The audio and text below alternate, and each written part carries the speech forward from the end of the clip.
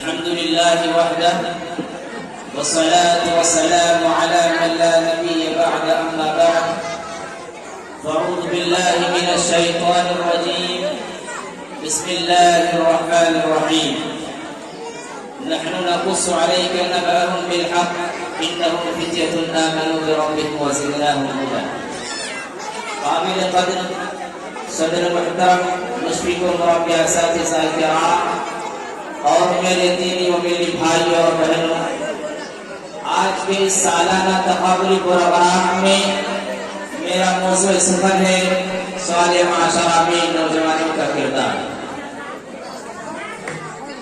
سامعین حضرات، خودی کو کر بلند اتنا کہ ہر تقدیر سے پہلے خدا بندے سے خود پوچھے بتا تیری رضا کیا ہے۔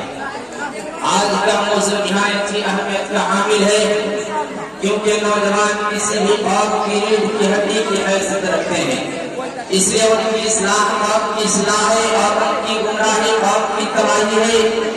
اس لیے آپ دیکھتے ہوں گے اس قوم کے نوجوانوں نے اپنے رسول کی پیروی کی اور اپنے رب کے رضا کے مطابق اپنی زندگی بسر کی، تو تاریخ گواہ ہے کہ ہر حد میں لوگ کامیاب و کامران سے ہمکنار پائے ہیں۔ اور اس قوم کے نوجوانوں نے اپنے رب کے فرامین کو تبکیر و بازیرات الحق دنیا پرستی کے لیے نبی کی لائی ہوئی شریعت کو بالائے تعالیٰ کیا اور دنیا تباہی میں مست و مگن ہو گئی۔ تو تاریخ کا ہر پنہ ذلت و رسوائی اور ہلاکت و بربادی اور پسماندہ قصے کو چیخ چیخ کر بیان کر رہا ہے۔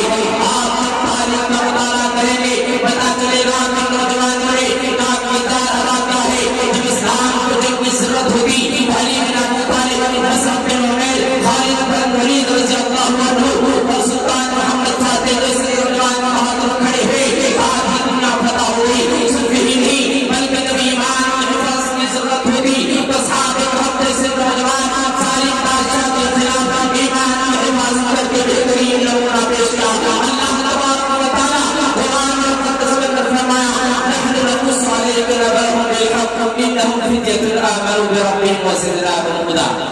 ابھی غنیمت ہے صبر میرا، ابھی لبالب بھرا نہیں ہوں۔ ابھی غنیمت ہے صبر میرا، ابھی لبالب بھرا نہیں ہوں۔ اور مجھ کو مردہ سمجھ رہا ہے اسے بتا دو مرا نہیں ہوں۔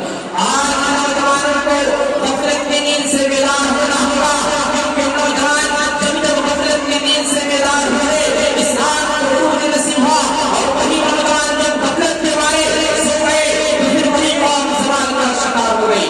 آئیے ہم کیا سمجھ رہے ہیں کہ صالح معاشرہ بنانے کے لیے نوجوانوں کو کیا کردار ادا کرنا ہے۔ سب سے پہلے اپنے عقیدہ ایمان کو مضبوط کرنا ہے۔ ایمان ہو تو صحابہ جیسا جن کا ایمان چٹان کی طرح مضبوط تھا، چاہے ان کی جسم کی ہڈیوں سے گوشت کا الگ کر لینا ہو، یا درخت ریت پر لٹا کر، یا سینے میں بھاری پتھر رکھ کر، یا گلے میں رسی ڈال کر مکہ کی گلیوں میں گھسیٹا جانا ہو۔ یہ ساری مصیبتیں ایک نوجوان کی صحیح عقیدے اور مضبوط ایمان ہونے کی دلیل ہے۔ دوسری ذمہ داری، صالح معاشرہ بنانے کے نوجوانوں کو اخلاق کا بہتر ہونا بہت ضروری ہے۔ نبی کریم صلی اللہ علیہ وسلم نے فرمایا، انما بعثت لاتمم مکارم الاخلاق۔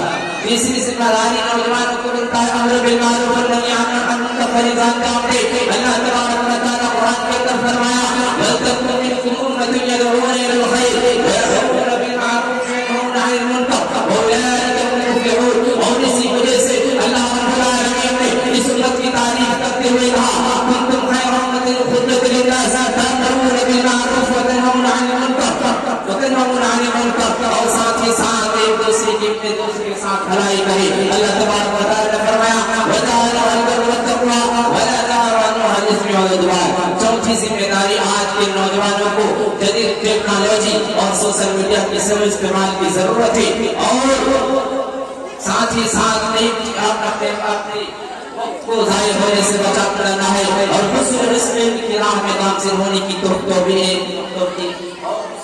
کی راہ میں گامزن کرنے کی ضرورت ہے، کیونکہ صالح معاشرہ میں